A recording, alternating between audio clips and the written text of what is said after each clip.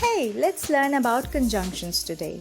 Conjunctions are parts of a speech that connect words, phrases, clauses, or sentences. There are three kinds of conjunctions: coordinating, paired, and subordinating. Our today's focus is going to be coordinating conjunctions. There are 7 coordinating conjunctions. You can use the mnemonic FEN voice to help you remember them. They include for, and, nor, but, or, yet, so. Let's see some of the examples.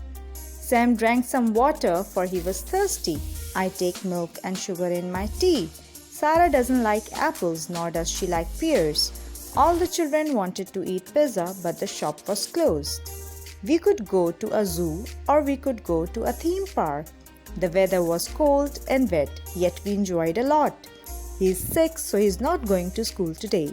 I hope you all liked the video. See you all soon.